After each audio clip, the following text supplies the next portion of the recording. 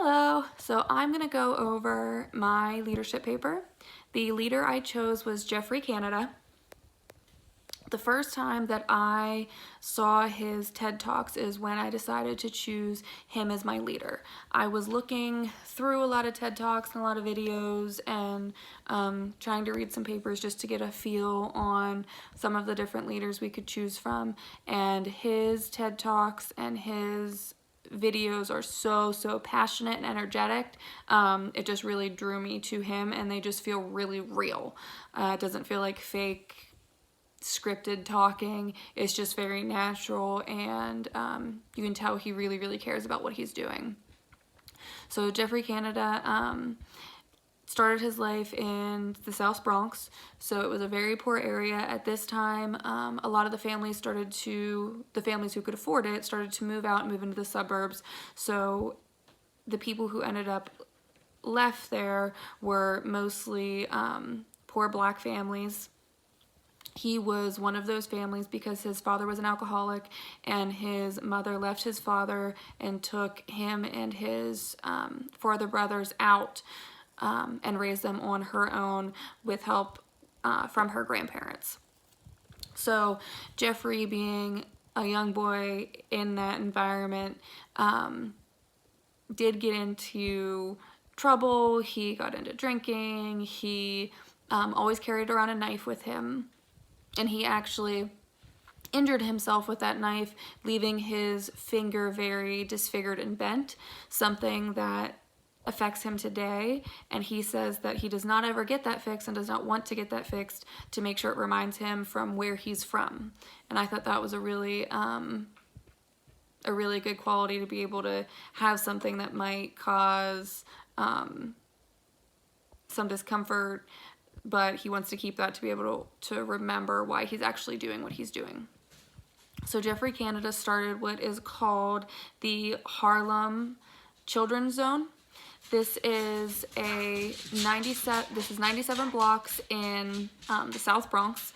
He didn't just want to make a charter school. This is kind of what it starts out as, and everyone kind of thinks it is just a charter school, but this was a complete culture shift. He offers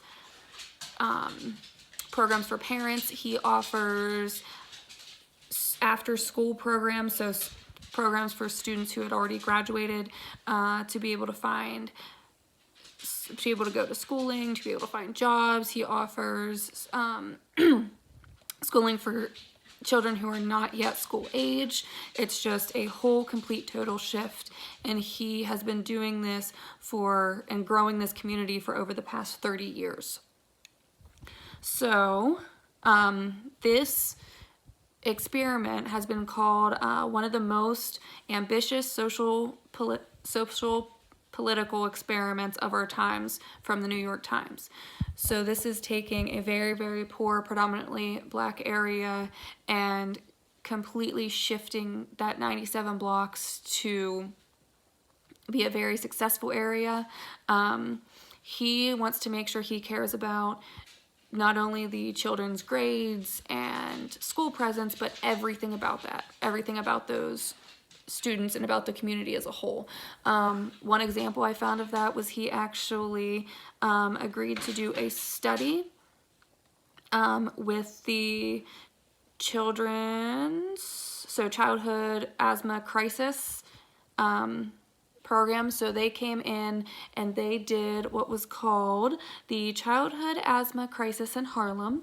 So this was the Harlem Child Zone Asthma Initiative, and what it did is it was looking at the national rates of asthma and seeing if what they suspected as the poor areas had actually a higher asthma rate. And what was shown was that children ages 0 to 12 were 4 times more likely to cause asthma than the average national rate. I thought that was really interesting because it doesn't sound like it's related.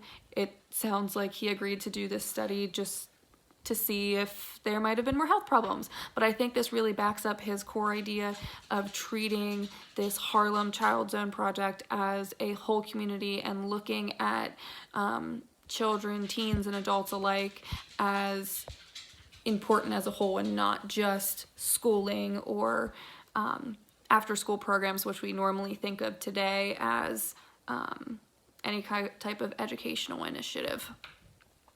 So when I was reading through our leadership papers and looking at Canada himself, I saw some really strong connections with idealized influence or charisma. So that was in the full range leadership model. Like I said, when I first saw his TED Talk, it was just so, you just get drawn into it. You can really see the passion and in him, and it just felt so relatable. He was really easy to listen to. So I think that was a huge part of the charisma and emotional connection. The fact that he came from this region, this area, and he's really doing his part to build that community up is tremendous, and is a great argument for being an influencer, an idealized influencer in that area as well. When I looked at, I have to scroll down here. So he focuses mainly on his home, and I think he is very emotional and passionate for good reasons about his home. But I think that also could be a downfall for him, that the Harlem Child Zone is just the beginning, and I think this social experiment, as Times Magazine called it, or New York Times, not Times Magazine. I think if they were to take what Harlem Child Zone's premises is based on, and I think transferred that into different areas, I think they would show just as much success, and it would kind of step away from the bias that Geoffrey Canada has for his own home, and really reach out further into other communities and being able to help at a larger scale, instead of just, which is still tremendous, the 97 blocks in South Bronx.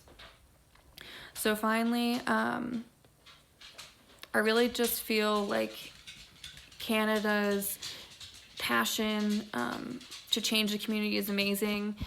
There's data and statistics that are saying this is successful, this program's successful, and showing why it's successful. He's really reaching out and specifically helping who he wants to help and where he came from. And I just can't think of a better way to really represent a strong leader as someone who's making a difference. He's making a difference. He's speaking his mind. That's something that I strive for every day as a leader in the school, is just trying to make any difference. And we have to remember, and he mentions this, is that he didn't just make a difference overnight. This is 30 years of work that he has put in to finally make this difference in his own community. So I think that kind of sums it up. Apologize for all the ums and uhs and 1 seconds in between. But I hope everyone has a great night, and I'll talk to you on D2L. Bye.